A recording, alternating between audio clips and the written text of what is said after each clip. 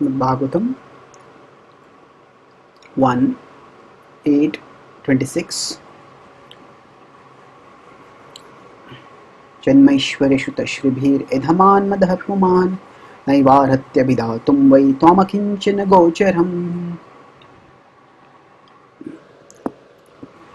So here it is being, Kunti Maharani is continuing her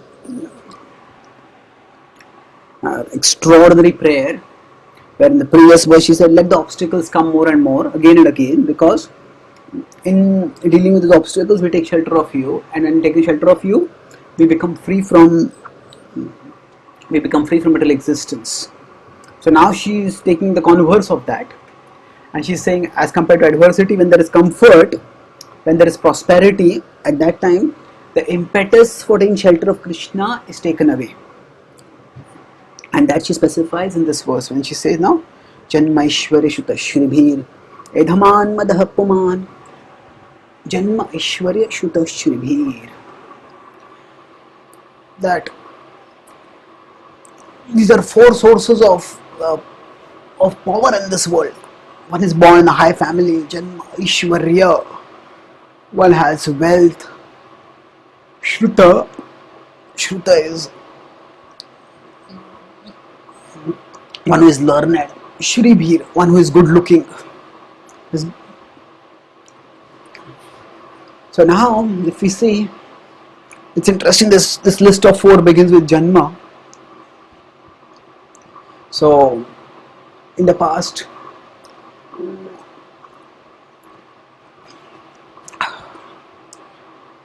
a person's first identity came from his or her birth.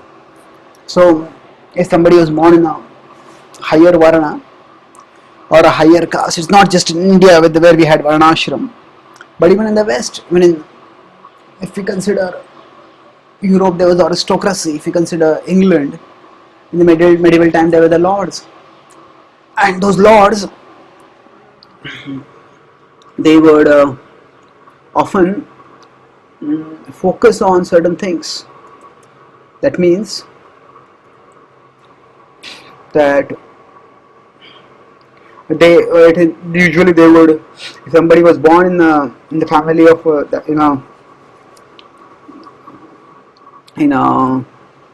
and the aristocracy, then they would have a life of privilege. If somebody was born in the gentry, as they would call it, the common people, then they would not have any kind of privilege like that. So therefore, the important thing is to recognize that Janma was a very important thing. Today we may not have so much that sort of birth distinction might not be there. Today people may be proud in terms of, say, that we live in a world where it's mostly meritocracy, that people are given facilities according to their merit, but it's not always true. That it's not always that everything happens only by meritocracy, even in today's world. Now moving forwards, here, so Prabhupada is quite dynamic and how should you put it, resourceful or dynamic and pragmatic in his characterization of Janma. So in today's world, say, birth in America is considered a privileged thing. Many people may dream and long to be born in America. Something similar now here.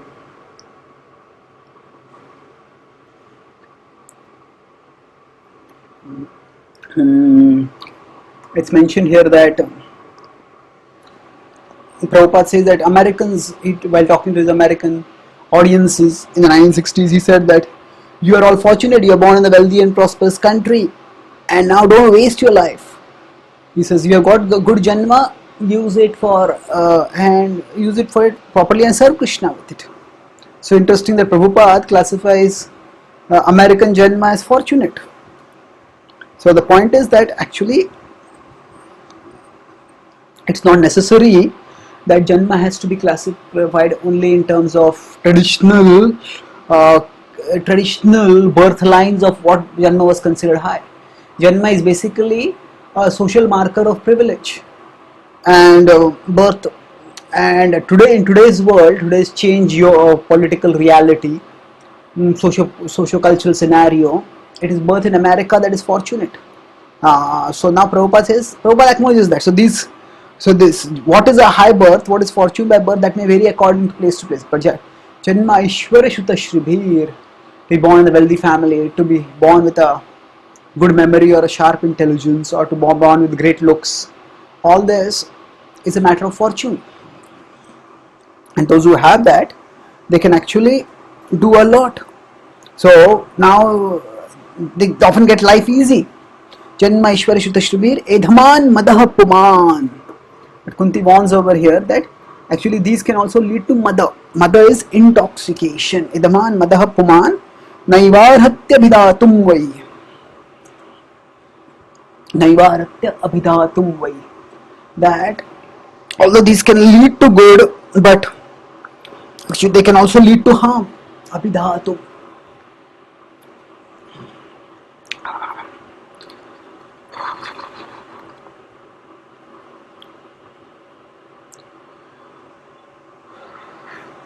Naivaratya vai tvam akinchana gocharam. Tvam akinchana gocharam. You, oh Lord, when one feels satisfied and complacent with what one has, then one doesn't feel the need for Krishna. And if one doesn't feel the need for Krishna, then one doesn't go towards Krishna. And when one doesn't go towards Krishna, one doesn't attain Krishna. So,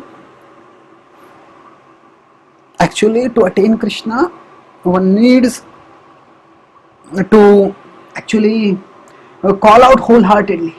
And if one's heart is filled with the conception of how happy I am, how comfortable I am, how great I am, then one doesn't feel any great need for the greatest being. And then one cannot attain Krishna. Therefore, Naivarhatya Vidatum Vai Tvam Akinchana Gocharam. O Lord, you are Akinchana. For those who do not have anything, they can call you wholeheartedly. Now, we don't have to give up these things if we have them. But we can recognize that we can use our philosophically guided intelligence, scripturally guided intelligence, to understand how these things cannot provide us lasting shelter, and thus we can move beyond our infatuation with these things towards Krishna and take shelter of Krishna. But these can so prosperity can be an obstacle on the spiritual path. That's the point that is being made by this verse. The adversity can be an opportunity, and prosperity can be a stumbling block. And now Maharaj continues in 27th text. He says, Namo Kinchana Vittaya Nivritta Gunavrittaye Atma Ramaya Shantaya Kaivalya Pataye Namaha. Namo Kinchana Vittaya Namo Akinchana Vittaya. O Lord, you are Akinchana Vitta. You are the wealth of the impoverished. Nivritta Gunavrittaye. You are the wealth of those who are nothing, and Nivritta Guna Vrittaye. Guna is the mode, Nivritta is retired from, detached from. Vrittaye. Guna Vrittaye means the modes direct our mind and intelligence in certain directions. But those who have become retired from these, that means those who no longer give in to the cravings of the senses, those who no longer give in to the impushings of the modes, recognizing that I am spiritual and I am different from this body and the modes, that Yava sammohita jiva atmanam trigunatmakam paro api manute anartham tatkrutam cha abhipadyate. That atmanam trigunatmakam paro, that we are para, we are beyond these modes. When we understand our spiritual identity, then we become detached from these modes. Nanyam gunebhya kartaram yada drashtam pashyati gunebhyascha param vetti madbhavam sodhigachyati. That there is nothing apart from the modes acting, and we as souls are different from the modes. When we understand this, then such people are also fortunate. Nivritta gunavrittaye atma ramaya shantaya kaivalya pataye namaha. So, just as the great souls are detached from the modes, similarly Krishna, who is the greatest soul, is also detached from the modes. He is transcendental. Atma Ramaya Shantaya. You, O Lord, are self-satisfied. You are peaceful. So Atma Ram and Shanta is a further elaboration of Nirutta Gunavruttaye. Kaivalya Pataye Namaha. That you are the Lord of those who are aspiring Kaivalya, and you are the Lord of liberation also. It is you who grant liberation. Kaivalya, Nirvana is the conception of liberation in conception of ultimate destination in Buddhism, and Kaivalya was considered often the ultimate aspiration in Jainism. But Kaivalya Pataye Namaha, that whatever is offered is available in Kaivalya, all that and more is available through you, O Lord, because you are the master of Kaivalya. So here in this verse, Kunti Maharani first says that Krishna, you are so powerful that you can appear in various ways to different people and you can attract different people to come to you. At the same time, you can be wholeheartedly approached by those who have detached themselves from this material world and things associated with this material world. And that, O Lord, is what you are doing here. That, O Lord, is what you are kindly enabling us to do by allowing us to take shelter of you and to attain you thus. So she continues this theme that how is it that people look for material prosperity, but how is it that Krishna can be approached by those who do not have material prosperity? Because he is beyond the realm of matter. That is the point made over here. Then 28th text. Manye tvam kalam ishanam anadinidhanam vibhum samam charantam sarvatra bhutanam yan mitha kalihi. Manye tvam, I consider you, kalam ishanam, my dear Lord, I consider you to be time. You are yourself time. Anadinidhanam vibhum, you have no beginning and no end. Samam charantam sarvatra, you are equal towards all.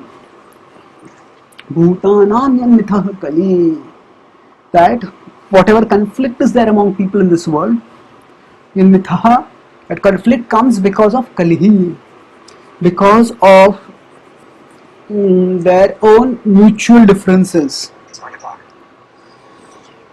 So here Kunti Maharani makes the point, and very strongly she makes the point, that Krishna, you remain transcendental. So in the previous verse she said that how Krishna is approached, he is beyond the modes. Then somebody may get the question, but then as Krishna has sided with the Pandavas and is fought on the side of the Pandavas, so how is it? So samam charantam sarvatra, Krishna is equal to them all. And in the Mahabharata, one theme that comes frequently is the theme that Kala is the cause of the great Kalaha. The Kala is that this whole catastrophic war that took place between the Pandavas and the Kauravas, that catastrophic war took place because of the influence of time. And that war was simply a result of something which could not have something, of course, individuals could have done something to minimize the effect of that war, but overall the war took place, and Krishna is samam charantam. He said that time is Krishna. Krishna also says in the Bhagavad Gita that kalosmi lokakshaya pravrddho, that he is himself time. So the point is that Krishna is time, and manye tvam kalam ishanam. Kunti recognizes that Krishna is time, and she takes this point forward by stating that Krishna, I consider you to be equal to all. You are beginningless, you are endless, and at different times, sometimes people come together, sometimes people get separated. So sometimes people fight, sometimes people unite. All such things happen. This is because of their own mutual interactions. Time is itself not the cause. Time is in one sense the facilitator. Okay, this is what you want to do. Okay, this is what you can do. That is what you want to do. That's what you can do. So time facilitates people in doing what they want to do. And in that way, Kunti Maharani goes on over here and states that actually, my Lord, you are the supreme. Bhutanam yadmithaha kali. It is people who fight among themselves. Now in the next text you will go on, 29th text. 29th text is Naved kaschid bhagvam chikiršitam tavehamanasya nrunam vidambanam nayasya kaschid daitosti karhichid tveshascha yasmin vishamamatir nrunam. Naved kaschid bhagvam chikiršitam. That he's saying, my dear Lord, we cannot know. Naved kaschid. When you come to this world, when you act in this world, it is very difficult, it is almost impossible to know you. Bhagvam chikiršitam. Your activities, your pastimes, that is difficult to know. Tavehamanasya nrunam vidambanam. Tava ihamanasya. For you, O Lord, it is when you appear in this world, when you act, nrunam vidambanam. It is very complex. It is very difficult to understand. Tavehamanasya nrunam vidambanam. Nayasya kaschid daitosti karhichid. Nayasya kaschid. That for you there is no one dear. Daitosti. There is no one dear to you. Veshyasya yasmin vishamamatir nrunam. Nor is there anyone of whom you are envious, O Lord. Actually, you are equal to all. You are impartial. That point is stressed over here in this verse by Kunti Maharani. And again the point of this verse is to stress how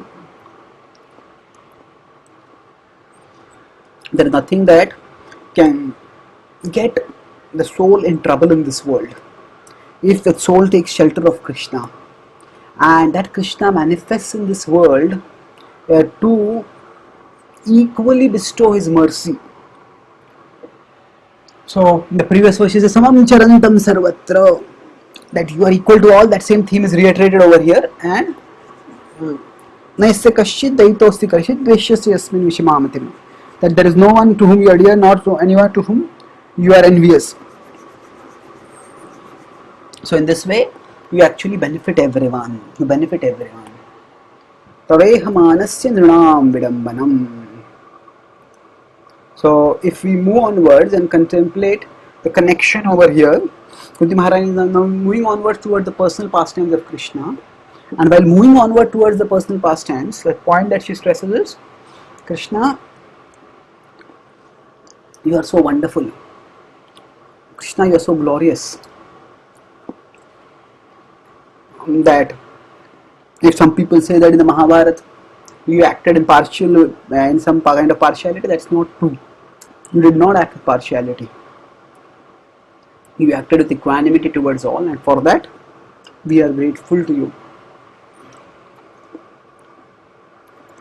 Now text 30.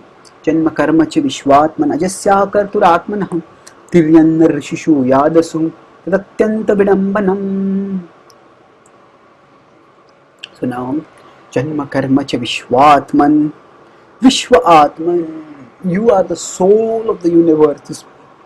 Athavishvesh Vishwatman. This verse will come. This theme of Vishwatman, the same word will come again later in Kunti's prayers in 1841. But here for the time being, Janma karma cha Vishwatman ajasya kartur atmanah.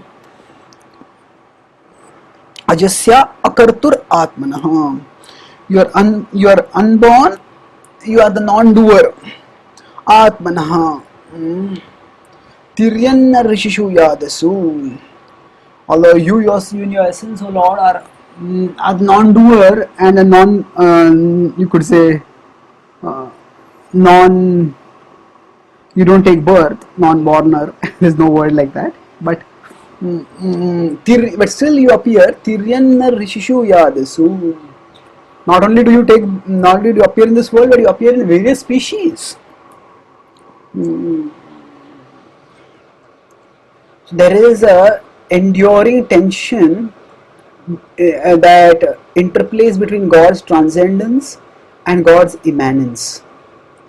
Tiryan nar rishishu yadasu. You appear as a animal, as a human being, as a sage, as in the water. Yadasu, that refers to Matsya Avatar, we could say. And as an animal, it can refer to Varaha Dev. As a human being, of course, Krishna himself appeared, Ram has appeared. Rishishu can refer to Narnarayan Rishi. Atyanta Vidambanam. So there is as I said, there is an enduring tension between God's transcendence and God's immanence. So, as the transcendent being, God is the absolute truth, is considered to be so complete in himself that he doesn't need anything, that he doesn't desire anything, that he is fully complete in himself, and that is an understood conception. But in his completeness, he wants to share his completeness, and for sharing is not out of a need for moving from an incomplete state to a complete state, but for moving for relishing and sharing his savoring and sharing his completeness. He acts and he interrelates. He appears in this world, he performs pastimes. The souls in this world who are disconnected from Krishna are incomplete, and when the souls become connected with Krishna, they become complete. So here, Atyanta Vidambanam.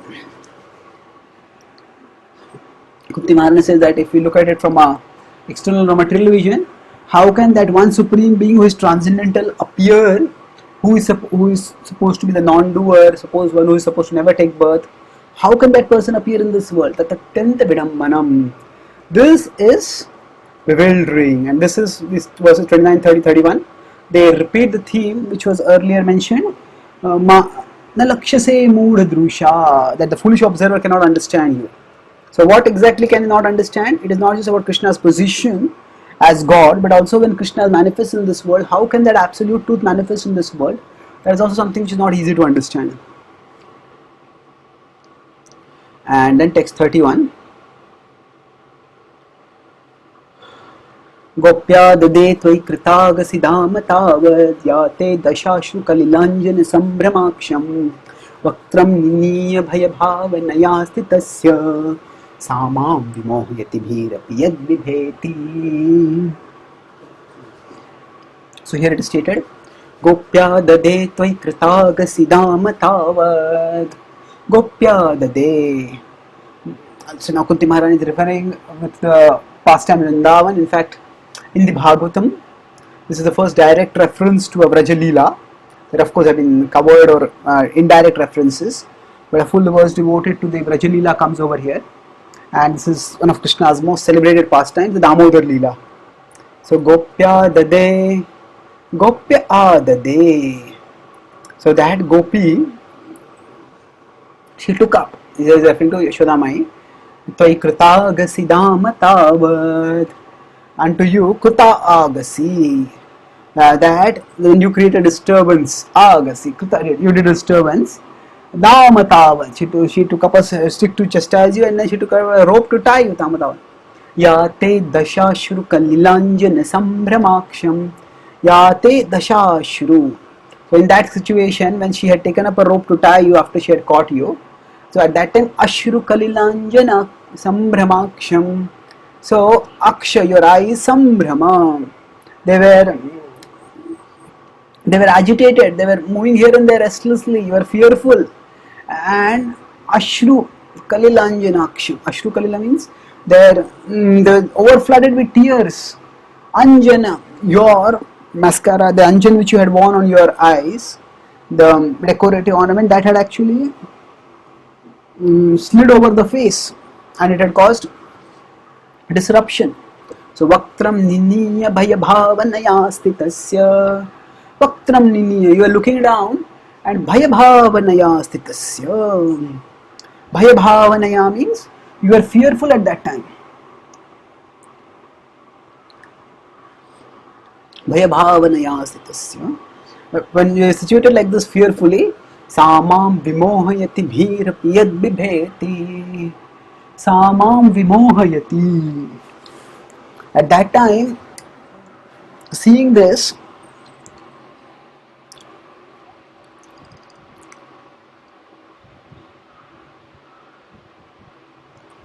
Samam vimohayati bhir apiyad bibheti. You look fearful, and actually fear personified is fearful of you. So how, O Lord, could you be fearful? That is astonishing. You who are never afraid of anything, you are fearful. And such is your wonderful pastimes. So in the previous verse here, used the word that people cannot anveda kasched or vidambanam, that is bewildering. So what exactly is bewildering? She's given an illustration of how the Lord's pastimes are bewildering. She says that actually you, O Lord, are the Supreme Being, and people come to you to become free from fear. Bhajahure mana shrindanandana abhaya charana ravindare. That when they take shelter of you, they become free from fear. But you, O Lord, are such that you, although you can free people from fear, but here we see that it is you who, it is you who are fearful. So how can this be happen? This is astonishing, O Lord. Please, this is incredible. How can such a thing happen? So Kunti Maharani here is highlighting for us the extraordinariness of what has transpired in this past time. And in the previous verse she says, Janma karma cha vishvatman, that your janma and your karma are very difficult to understand. So in this verse she first mentions about karma, 31 verse, and this is only one text which will talk about his karma. And then after that, from 32 to 35, she talks about his janma, how he appears in this world and the mystery surrounding his appearance. Vidambanam, why it is bewildering, that how different people try to get through this bewilderment. Whenever we face something which we can't understand, at that time we try to figure out things. We try to find a way ahead in our life, and that way ahead is what is being talked about over here. So she is giving one example of how we cannot understand what Krishna is doing. In the Damodar lila, Krishna acts the way he acts out of his great love for Yashoda Mai and his desire to intensify her love for him, and accordingly he desires that there be a fabulous level of affectionate reciprocation between him and her, and thus he acts in ways that intensifies his affection for her and her affection for him. And as when he commits mischief, and when he is fearful, he is not just doing a nakra, he is not just doing a natak. Just like a very good actor enters into the role and experiences emotions of the character that is being depicted. So similarly, Krishna is a consummate actor, and when he acts fearful, it is not just that he is acting fearful, he is actually deeply fearful. He is deeply, he is experiencing that emotion of fear. Oh, for an infant, a mother, for even a small boy, mother is like the greatest shelter, the person through whom one gets everything: protection, love, guidance, affection. And when the mother is angry and the mother is about to punish, child becomes fearful.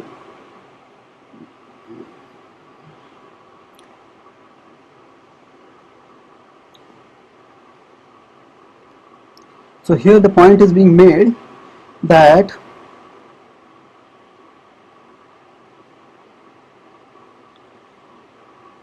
Krishna is our Lord, and as our Lord, He is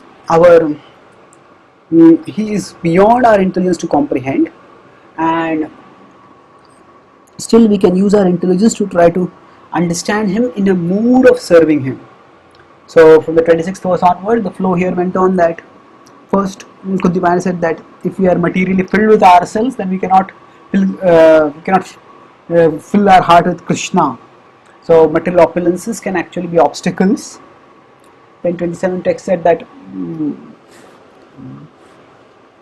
Krishna is beyond material, everything material, and thus he is the master of those who are beyond material things, and thus to approach him one has to go beyond material things. So it is not that we reject material things in the sense of we are craving for them but we don't have them, rather we rise above them. And 28 was talked about, then why is Krishna here in this world taking sides in material conflicts? No, he is equal to all. Whatever conflicts happen, that happen because of their own mutual interactions and the mutual animosities or whatever. And then 29th verse states that actually when Krishna seems to act in particular ways, then he descends in this world. His descent is itself a great mystery. But one thing is for sure, that he is not partial to anyone. He is equal to all. Then 30th verse said that actually, if you want to take the element of mystery ahead, then we should see that it's not just his activities in his descent as Krishna are mysterious. Even his very descent in various forms, such as those of animals or those of aquatics, all that is itself mysterious. And he says that how, and in this particular pastime itself, in this particular manifestation, descent as Krishna, what is mysterious is that Krishna has actually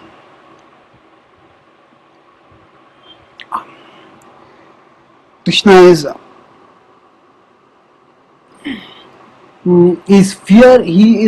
runs away from him, but now he is filled with fear, and thus the mystery is actually very deep, and it can be understood only through love. And it is because of love that Krishna subordinates his supremacy to his intimacy, and thus he can have intense loving reciprocations with Yashoda Mai.